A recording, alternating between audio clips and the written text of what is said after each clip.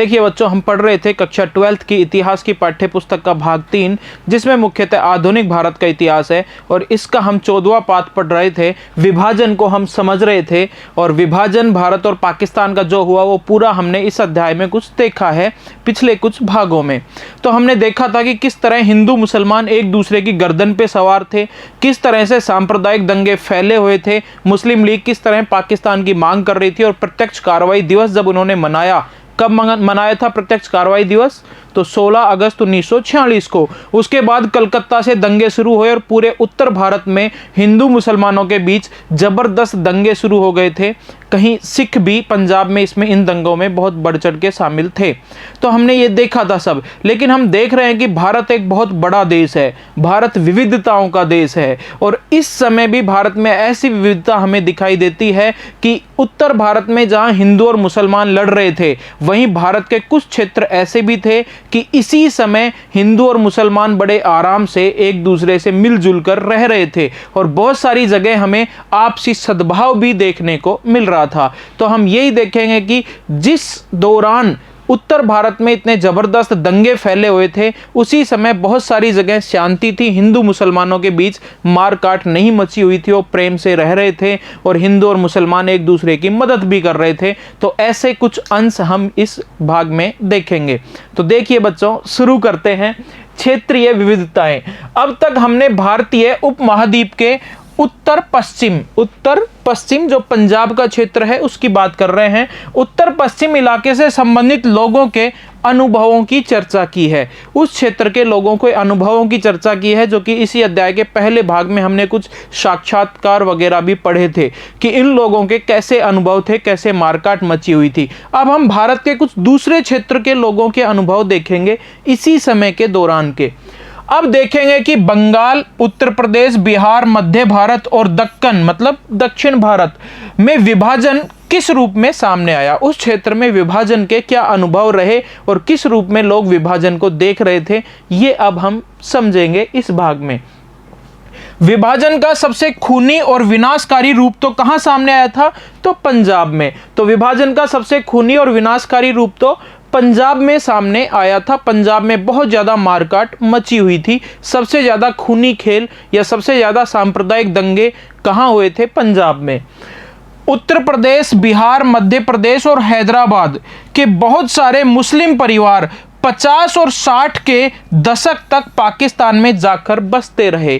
तो ये जो क्षेत्र है, जैसे हैदराबाद है, उत्तर प्रदेश का कुछ क्षेत्र है, बिहार है, मध्य प्रदेश है, इन क्षेत्रों के जो मुसलमान थे वो दंगों से बहुत ज़्यादा प्रभावित नहीं हुए थे। और बाद में जब देश का विभाजन हो गया था तो 1950 और 1960 तक भी, 1947 में तो दंगे हो रहे हैं, देश का विभाजन हुआ, लेकिन इन क्षेत्रों के मुसलमान 1950 और 1960 तक भी आराम से अपने सीमा के दूसरी तरफ जा रहे थे। जिनको पाकिस्तान में जाके बसना है वो पूर्वी पाकिस्तान या पश्चिमी पाकिस्तान में जाके बस रहे थे बड़े आराम से। मतलब इन लोगों ने आराम से अपने बोरिया बिस्तर बांध के आराम से गए थे।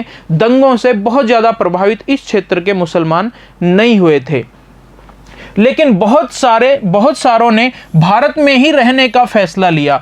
बाद में जब 1950-60 तक ये दंगे धीरे धीरे कम हो गए थे, मारकाट कम हो गई थी, तो बहुत सारे मुसलमानों ने अपना फैसला बदला और उन्होंने पाकिस्तान में जाने की बजाय भारत में ही रहने का फैसला किया, क्योंकि उस क्षेत्र में बहुत ज़्यादा दंगों से प्रभावित नहीं थे लोग, इसलिए वो भारत में ही रुकने का फैसला उन्होंने किया।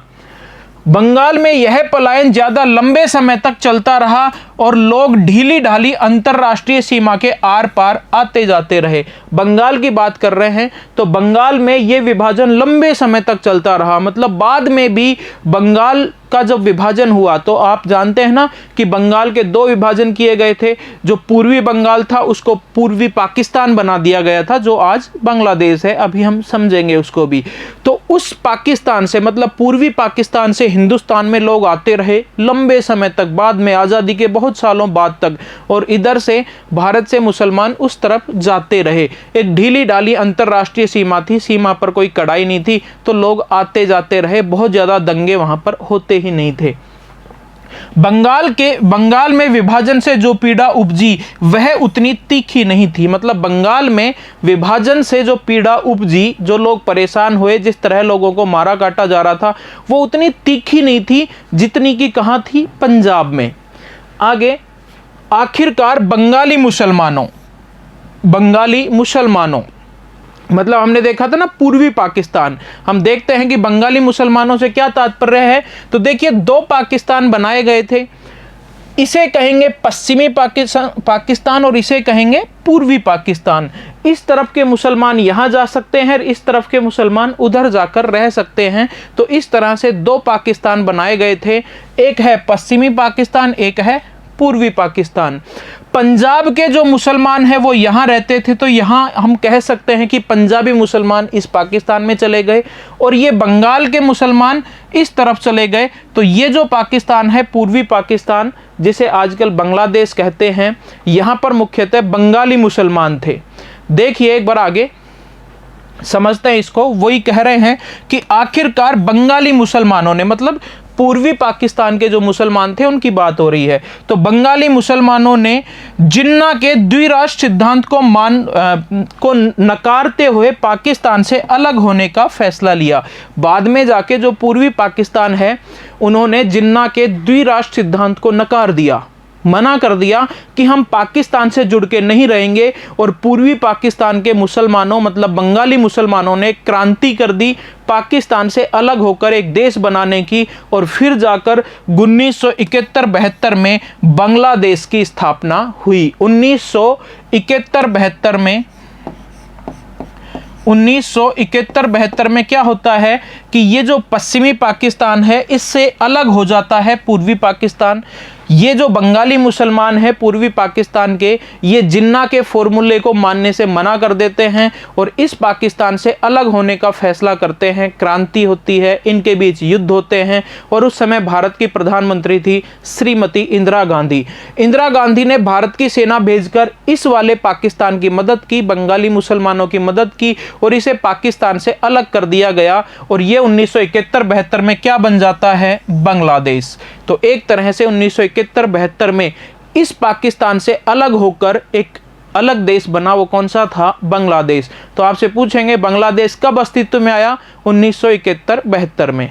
आगे देखिए, इसके बावजूद पंजाब और बंगाल के अनुभवों में जबरदस्त समानताएं भी दिखाई देती है। कुछ समानताएं, मतलब हमने देखा कि बंगाल में विभाजन की पीड़ा उतनी तीखी नहीं थी जितनी पंजाब में जितनी मारकाट मची उतनी बंगाल में नहीं मची, लेकिन फिर भी विभाजन की कुछ समानताएं भी थी। बंगाल और पंजाब में जो विभाजन हुआ उसमें कुछ समानताएं भी थी। समानताएं ये थी कि दोनों जगह ही महिलाओं पर बहुत ज़्यादा अत्याचार किए गए थे। देखिए क्या क्या समानताएं थी। दोनों ही जगह औरतों और लड़कियों को मुख्य निशाना बनाया गया, बंगाल में भी और पंजाब में भी।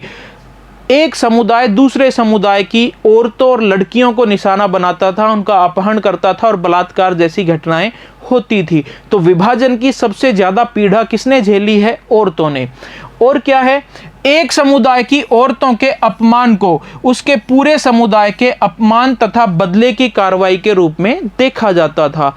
एक समुदाय किसी दूसरी समुदाय की औरत का अपहरण करके उसे अपमानित कर देता था, तो फिर दूसरा समुदाय मानता था कि पूरे समुदाय का अपमान हो जाता था, इससे ऐसा माना जाता था। और फिर वो समुदाय गुस्से में भर के उस समुदाय की औरतों का भी ऐसे ही अंजाम होता था, इसी तरह से उसके साथ भी किया जाता था। तो इस तरह से दोनों में समानताएं भी थी। बंगाल और पंजाब के विभाजन में बहुत सारी असमानताएं हमने देखी कि विभाजन इतना तीखा नहीं था बंगाल में जितना कि पंजाब में। बंगाल में लोग बाद तक भी, विभाजन के 10-15 साल बाद तक भी एक दूसरे देश में आते जाते रहे, जबकि पंजाब में सीमाएं निश्चित हो गई थी और लोग बाद में एक दूसरी सीमा में आ जाना बहुत मुश्किल हो गया था, मारकाट ज़्यादा मची हुई थी। लेकिन इन दोनों क्षेत्रों में कुछ समानताएं भी थी विभाजन के दौरान कि दोनों ही क्षेत्रों में एक दूसरे समुदाय ने एक दूसरे समुदाय की महिलाओं को निशाना बनाया और एक समुदाय की महिला का अपमान उसके पूरे समुदाय का अपमान माना जाता था। अब आगे हम देखते हैं मदद, सद्भावना और मानवता। इस समय जब मारकाट मची हुई थी तो कुछ ऐसे हिंदू भी थे जिन्होंने मुसलमानों की मदद की और कुछ ऐसे मुसलमान भी थे जिन्होंने हिंदुओं की मदद की। वो अब हम यहाँ पर समझेंगे। तो देखिए, हिंसा के कचरे और विभाजन की पीड़ा के तले इंसानियत और सौहार्द का एक विशाल इतिहास दबा पड़ा है। हिंसा जो हो रही थी, हिंसा का कचरा और विभाजन का जो दुख था, उसके नीचे कुछ इंसानियत भी दबी हुई थी, कुछ मानवता सद्भाव भी दबी हुई थी। उन स्मरणों के बारे में, उन यादों के बारे में यहाँ पर कुछ चर्चा हम करेंगे। ऐसी ही अनगिनत कहानियां हैं कि किस तरह बहुत बुरे आम लोग बंटवारे के वक्त एक दूसरे की मदद कर रहे थे। बहुत सारे लोग हम देख रहे हैं, ऐसी अनगिनत कहानियां हैं कि किस तरह बहुत सारे आम लोग बंटवारे के समय एक दूसरे की मदद कर रहे थे। हिंदू मुसलमान मारकाट मचाए हुए थे, तो कुछ जगह कुछ हिंदू मुसलमान ऐसे भी थे जो एक दूसरे की मदद कर रहे थे, और वही हम पढ़ रहे हैं। मदद, मानवता और सद्भावना भी हमें देखने को मिली विभाजन के समय। तो ऐसा एक उदाहरण डॉक्टर सुखदेव सिंह का है। तो डॉक्टर सुखदेव सिंह हिमाचल प्रदेश के एक क्षेत्र में डॉक्टर थे। तपेदिक मतलब टीवी का वो इलाज करते थे लोगों के। और इस समय जब मुसलमानों को मारा जा रहा था, वो पाकिस्तान की तरफ जब जा रहे थे तो उन पे मारकाट मचाई जाती थी, तो बहुत सारे मुसलमानों को उन्होंने अपने हॉस्पिटल में जगह दी, उनको रहने के लिए जगह दी, साथ ही उन्हें भोजन वगैरह भी दिया जाता था और उन पे किसी तरह के अत्याचार नहीं होने दिए जाते थे। तो ये है सुखदेव सिंह की कहानी। आगे हम देखेंगे कि सुखदेव सिंह ने ये सारी बातें अपनी एक किताब में भी लिखी है, और उस किताब में उन्होंने ये भी लिखा है कि फिर बाद में वो मुसलमान जो मेरे पास रुके थे, ठहरे थे, मैंने उनको शरण दी थी, जब बाद में वो पाकिस्तान चले गए थे, पाकिस्तान के नागरिक बन गए थे, तो एक बार मेरा भी पाकिस्तान जाना हुआ। बाद में सुखदेव सिंह भी जब पाकिस्तान गए, कराची हवाई अड्डे पे वो कुछ देर रुके थे, तो किस तरह उन लोगों ने जो पाकिस्तान में रहते थे लेकिन हिंदुस्तान से जब पाकिस्तान गए थे तो डॉक्टर सुखदेव सिंह ने उनकी मदद की थी। अब पाकिस्तान में जब मुलाकात सुखदेव सिंह की उन लोगों से हुई तो उन्होंने किस तरह उनका स्वागत किया और किस तरह उनकी खिदमत की, वो सारी कहानी डॉक्टर सुखदेव सिंह ने एक पुस्तक में लिखी है। पढ़ते हैं, आइए। सुखदेव सिंह सिख डॉक्टर थे, सरदार जी थे, और तपेदिक के विशेषज्ञ थे, मतलब टीवी का ये इलाज करते थे। उस समय धर्मपुर एक जगह का नाम है जो हिमाचल प्रदेश में है। तो धर्मपुर में वो तैनात थे। डॉक्टर साहब की ड्यूटी कहाँ थी? धर्मपुर में। दिन रात लगकर डॉक्टर साहब ने असंख्य प्रवासी मुसलमानों, सिखों और हिंदुओं को आश्रय दी और मदद की। मतलब जो दुखी हिंदू, मुसलमान और सिख थे, सभी को अपने जो हॉस्पिटल वगैरह जो भी था इनके पास, उनमें आश्रय दी, उनको भोजन दिया और उनकी हर तरह से मदद की। उन पर लोगों का वैसा ही भरोसा था जैसा दिल्ली और कई जगह के मुसलमानों को गांधी जी पर था। तो मतलब जो हिंदू मुसलमान थे वो बिल्कुल सुखदेव सिंह पे उतना ही भरोसा करते थे जैसा कि हमने पढ़ा था कि दिल्ली के मुसलमान गांधी जी पे भरोसा करते थे। गांधी जी के आने के बाद दिल्ली के मुसलमानों ने कहा था कि अब शायद दिल्ली बच जाएगी। तो उसी तरह गांधी जी जैसा ही महसूस करते थे इनके पास आकर मुसलमान, सिख और हिंदू। उनको लगता था कि अब शायद हम बच जाएंगे। आगे एक किताब के बारे में चर्चा हो रही है कि डॉक्टर सुखदेव सिंह ने इन स्मरणों को एक पुस्तक में लिखा है। पुस्तक का क्या नाम है इनकी का? Love is stronger than hate, A remembrance of 1947। Hindi में इसका नाम देखें तो मोहब्बत नफरत से ज़्यादा ताकतवर होती है और 1947 की यादें। तो मोहब्बत ज़्यादा समय तक याद रहती है नफरत की बजाय। और वो हम आगे एक और स्मरण पढ़ते हैं। डॉक्टर सुखदेव सिंह अपनी किताब में जो लिखते हैं वो क्या कह रहे हैं कि कराची हवाई अड्डे पर 1949 में हुई मुलाकात का ब्यौरा डॉक्टर सुखदेव सिंह की ज़बानी। 1949 में, मतलब वो लोग जो डॉक्टर सुखदेव सिंह के पास ठहरे थे, बाद में वो पाकिस्तान चले गए थे, पाकिस्तान में रह रहे थे। कराची में जब डॉक्टर सुखदेव सिंह का, मतलब सुखदेव सिंह भारत से लंदन वगैरह कहीं जा रहे थे, उनकी हवाई जहाज कराची में रुकी, कुछ देर उनको रुकना था, तो उन लोगों से उनकी मुलाकात हुई। और वो जो अब पाकिस्तानी थे वो डॉक्टर सुखदेव सिंह की कितनी खिदमत करते हैं। जो मोहब्बत की यादें थी वो कितनी मतलब लंबे समय तक याद रखा उन्होंने डॉक्टर सुखदेव सिंह की उन मदद भरे हाथों को। देखिए, मेरे दोस्त मुझे हवाई अड्डे के एक कमरे में ले गए। जहां हम सब बैठकर गपशप करने लगे। जो भारत से पाकिस्तान गए थे वो लोग कराची हवाई अड्डे पर एक कमरे में ले गए और बातचीत करने लग गए, और साथ ही दोपहर का खाना भी खाया सब लोगों ने मिलकर। मुझे कराची से रात 2:30 बजे की उड़ान से लंदन जाना था, और शाम को 5 बजे मैंने अपने दोस्तों से निवेदन किया कि उन्होंने बड़ी फराख दिली, मतलब बहुत ही अच्छे से मुझे अपना समय दिया है। मेरी समझ में अब उनसे सारी रात रुकने की उम्मीद करना तो बड़ी ज्यादती होगी, और वो यह तकलीफ नहीं उठाएं तो ठीक है। मतलब सुखदेव सिंह से वो मिले हैं कराची हवाई अड्डे पर, और सुखदेव सिंह की बड़े ही एक कमरे में ले जाके बातचीत की, दोपहर का खाना भी साथ खाया। डॉक्टर सुखदेव सिंह को तो रात के 2:30 बजे तक वहीं रुकना था, क्योंकि 2:30 बजे फिर वो लंदन जाएंगे दूसरी प्लेन से। तो फिर उन्होंने डॉक्टर सुखदेव सिंह ने लोगों से कहा कि अब आप जाइए अपने घर, इतना समय आपने दिया, बहुत बहुत मेहरबानी। लेकिन एक भी बंदा वहां से गया नहीं, देखिए। मगर रात के खाने तक कोई भी नहीं उठा। फिर उन्होंने कहा कि वे लोग जा रहे हैं और मैं जहाज पर चढ़ने से पहले थोड़ा आराम कर लूं। बाद में फिर रात का खाना भी उन्होंने सुखदेव सिंह के साथ ही खाया हवाई अड्डे पे। फिर उन्होंने कहा कि आप डॉक्टर साहब थोड़ा आराम कर लीजिए, हम जा रहे हैं। तो डॉक्टर साहब को क्योंकि प्लेन पे जाना था तो कुछ देर सो लेते, इसलिए वो छोड़ के बाहर बैठ जाते हैं। देखिए आगे, मैं रात के करीब 1:45 बजे उठा, और जब दरवाजा खोला तो पाया कि वे सब के सब तब तक वहीं थे। मतलब वो लोग बाहर ही थे, सुखदेव सिंह कमरे में आराम कर रहे थे और बाहर वो उनका इंतजार कर रहे थे कि वो उठेंगे तो फिर एक बार उनसे मिलेंगे। वे सब जहाज तक मेरे साथ आए, और बिछुड़ने के पहले उन्होंने मुझे अंगूरों की एक छोटी सी टोकरी भेंट की। मेरे लिए प्यार के इस उमड़ते हुए सैलाब को, इस पड़ाव से मुझे मिली खुशी के लिए कृतज्ञता व्यक्त करने के शब्द नहीं थे मेरे पास, ऐसा कहते हैं डॉक्टर साहब। तो डॉक्टर साहब का एक स्मरण है, वो कहते हैं कि मोहब्बत ज़्यादा मजबूत होती है नफ़रत के। और क्योंकि डॉक्टर सुखदेव सिंह ने उन लोगों की मदद की थी, तो जब सुखदेव सिंह कराची हवाई अड्डे पे गए तो उन पाकिस्तानी लोगों ने, पाकिस्तानी मुसलमानों ने सुखदेव सिंह की कितने प्यार से वहां पे खिदमत की और उनके साथ बातचीत की। आगे बात कर रहे हैं मौखिक गवाही और इतिहास। तो विभाजन का जो इतिहास है वो लिखने में मौखिक गवाही या साक्षात्कार महत्वपूर्ण है, या सरकारी इतिहास को ही हमें देखना चाहिए। तो हम यही देखेंगे इसमें कि सरकारी इतिहास हम जब देखेंगे विभाजन का, तो उसमें हमें ये सिर्फ मिलता है कि कैबिनेट मिशन आता है, प्रत्यक्ष कार्रवाई दिवस मनाई जाती है, मुस्लिम लीग क्या कर रही थी, कांग्रेस क्या कह रही थी, ब्रिटिश सरकार का उस समय क्या रुख था, ये सारी चीजें हमें सरकारी इतिहास में देखने को मिलता है।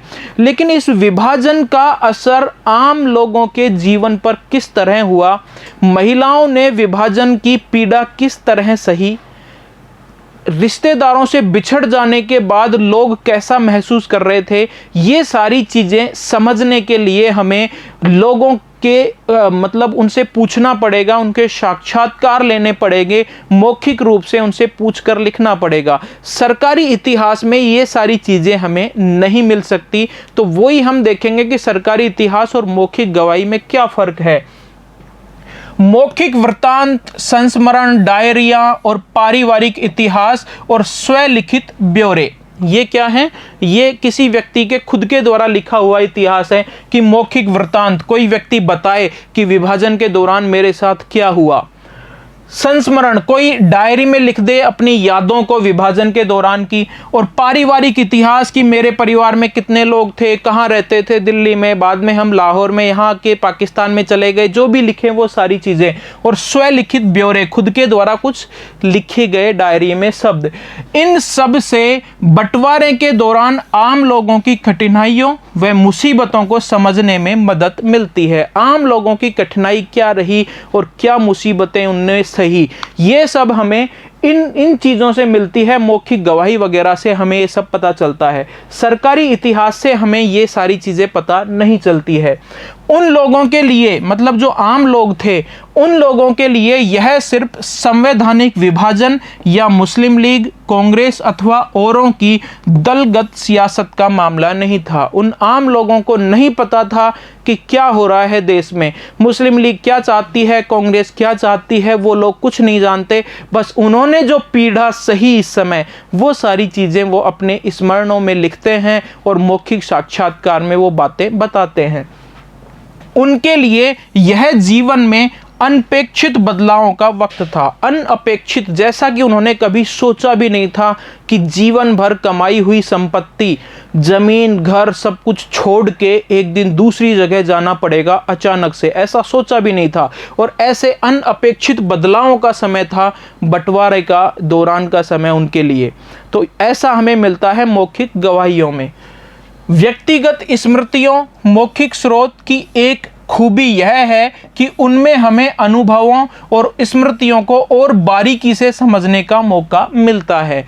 मतलब किसी व्यक्ति से हम पूछेंगे कि विभाजन के दौरान आपने कैसा सहा, जैसा कि हमने पाठ के शुरुआत में पहले भाग में कुछ साक्षात्कार पढ़े थे, तो हम बारीकी से समझ सकते हैं कि लोग विभाजन के दौरान कैसा महसूस कर रहे थे। क्या उन्हें अलग पाकिस्तान चाहिए था? उन्हें तो पता भी नहीं था कि ये हो क्या रहा है। उनको तो ऐसा लगता था कि अभी ये दंगे फैले हुए हैं, हम एक बार चले जाते हैं दूसरी जगह और साल 2 साल में जब ये दंगे शांत हो जाएंगे, शांति बहाल हो जाएगी, तो वापस से अपने घर आ जाएंगे। तो लोगों को तो इतना पता था कि बड़ी समस्याएं उनको आई है और क्या विभाजन हो रहा है, क्यों हो रहा है, इस चीज़ की विशेष जानकारी उनको थी भी नहीं। ये सब जानकारी हमें किससे मिलती है? मौखिक इतिहास से मिलती है। सरकारी दस्तावेजों से इस तरह की जानकारियां हासिल कर पाना नामुमकिन होता है। सरकारी इतिहास से ऐसी जानकारियां नहीं मिलती है। सरकारी दस्तावेजों में तो केवल क्या मिलेगा? तो सरकारी दस्तावेजों में अंग्रेजों तथा प्रमुख राजनीतिक पार्टियों के बीच भारत के भविष्य या शरणार्थियों के पुनर्वास के बारे में चलने वाली वार्ताओं पर तो काफी रोशनी पड़ती है, लेकिन विभाजन से प्रभावित होने वाले लोगों के हालात और अनुभवों के बारे में कोई खास पता हमें नहीं चलता है सरकारी इतिहास से। तो सरकारी इतिहास से तो हमें कि नेता क्या बातचीत कर रहे हैं, विभाजन कैसे होगा, सीमा रेखा कहाँ खींची जाएगी, जो शरणार्थी पाकिस्तान से हिंदू भारत में आएंगे उनके लिए किस तरह व्यवस्था की जाएगी, कहाँ रखा जाएगा, ये सारी जानकारी जरूर हमें सरकारी दस्तावेजों से मिल जाती है। लेकिन लोगों ने क्या सहा विभाजन के दौरान, ये जानकारी हमें मौखिक इतिहास से ही मिलती है। लेकिन फिर भी कुछ समस्याएं भी है मौखिक इतिहास की। वो समस्याएं क्या है वो देख रहे हैं। लेकिन इतिहासकार मौखिक बयानों पर संदेह करते हैं। इतिहासकार मौखिक बयानों को हमेशा सही नहीं मानते, उन पर संदेह करते हैं। संदेह क्या करते हैं समझिए।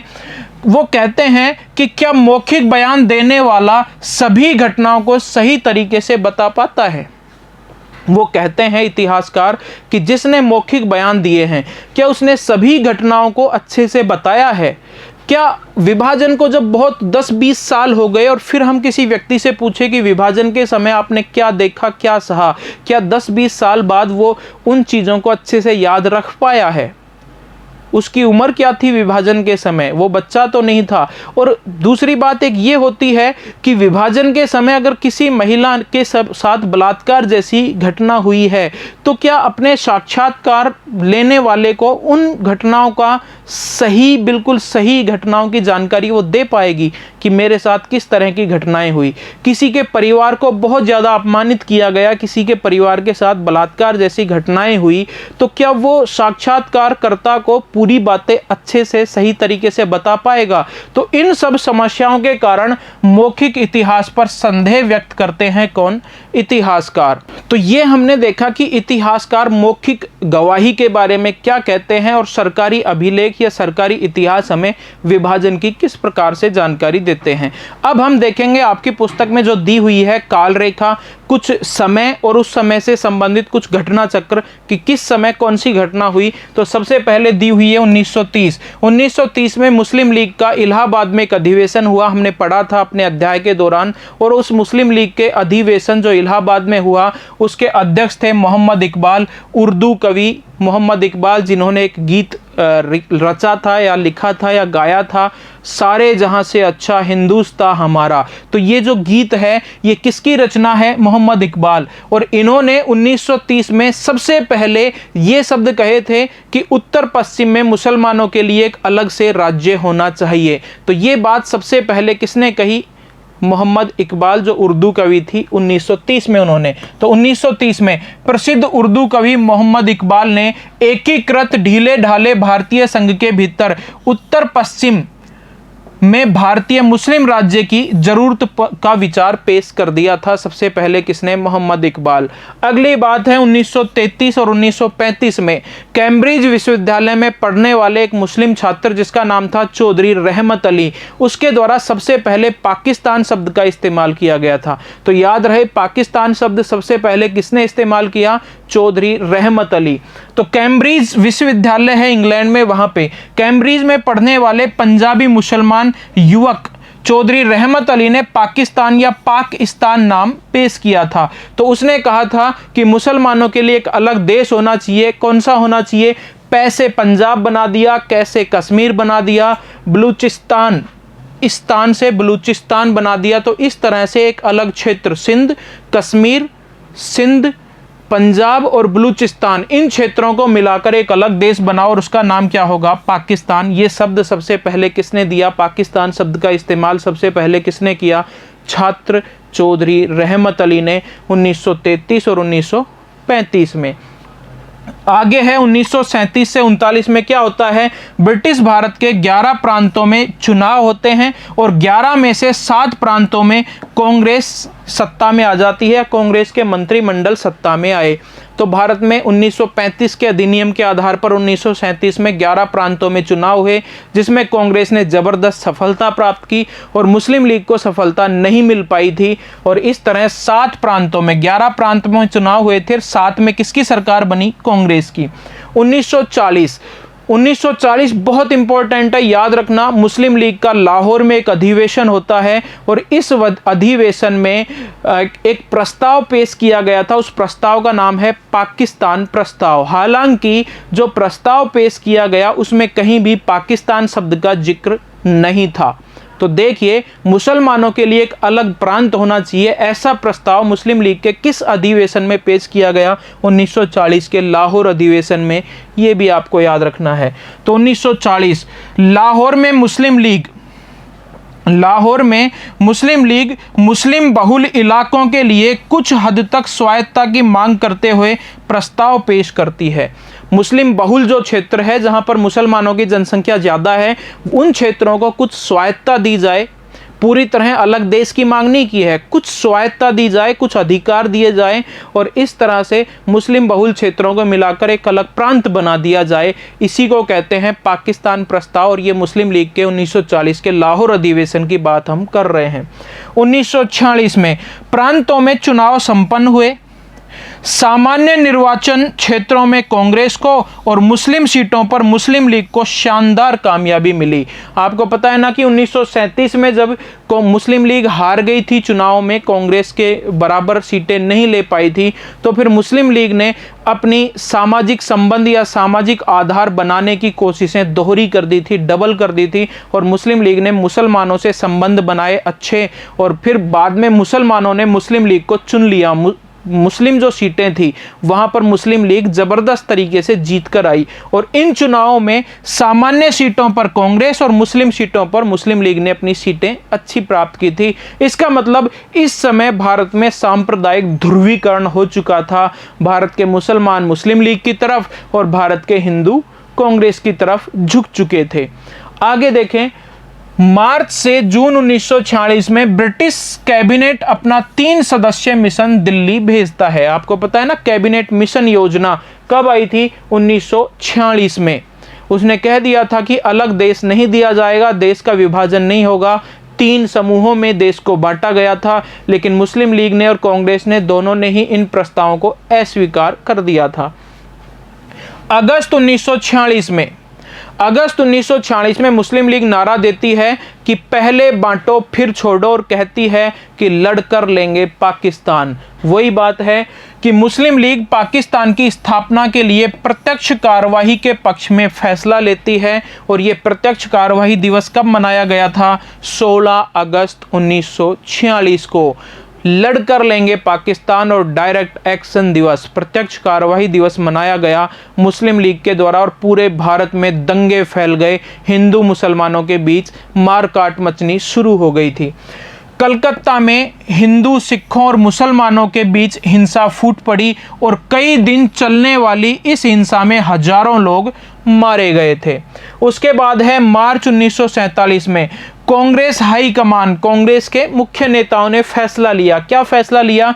पंजाब को मुस्लिम बहुल और हिंदू सिख बहुल क्षेत्रों में बांटने के पक्ष में फैसला लेता है और बंगाल में भी इसी सिद्धांत को अपनाने का आह्वान करती है। मतलब इस समय कांग्रेस देख लेती है कि अब विभाजन करना ही पड़ेगा, बहुत ज़्यादा मारकाट मची हुई है, तो देश का बंटवारा स्वीकार कर लेती है कांग्रेस। ठीक है, देश का बंटवारा करेंगे, और वो कह देती है कि जो पंजाब का क्षेत्र है इसको 2 भागों में बांट दो। इधर तो मुस्लिम बहुल क्षेत्र होंगे जहां मुसलमान ज़्यादा हैं, वो पंजाब जो कि पाकिस्तान में चला जाएगा, और इधर कौन है? सिख और हिंदू बहुल क्षेत्र। सेम ऐसे ही किसका विभाजन होता है फिर? सेम ऐसे ही फिर बंगाल का भी विभाजन होता है। कांग्रेस विभाजन को स्वीकार कर लेती है। और मार्च 1947 के बाद क्या होता है? भारत अंग्रेज छोड़कर जाने लग जाते हैं। अंग्रेज भारत से जाने लग जाते हैं, भारत से अंग्रेज छोड़कर जा रहे हैं। 14-15 अगस्त 1947 को फिर अंग्रेज कह देते हैं कि देश का विभाजन होगा और देश को आज़ादी भी मिलेगी। तो 14-15 अगस्त 1947 को पाकिस्तान का गठन होता है और भारत स्वतंत्र होता है। महात्मा गांधी सांप्रदायिक सौहार्द बहाल करने के लिए बंगाल का दौरा करते हैं। इसी समय एक तरफ दिल्ली में आज़ादी का उत्सव मन रहा था और गांधी जी आज़ादी के किसी भी समारोह में शामिल नहीं हुए थे, और बंगाल में हिंसाग्रस्त क्षेत्रों का वो दौरा कर रहे थे। तो ये हमने समझा है, पूरे पाठ को पूरा कर लिया है। उम्मीद है आपको समझ में आया होगा। आप अच्छे से इस पाठ को दोहराना और अच्छे से याद करना। धन्यवाद।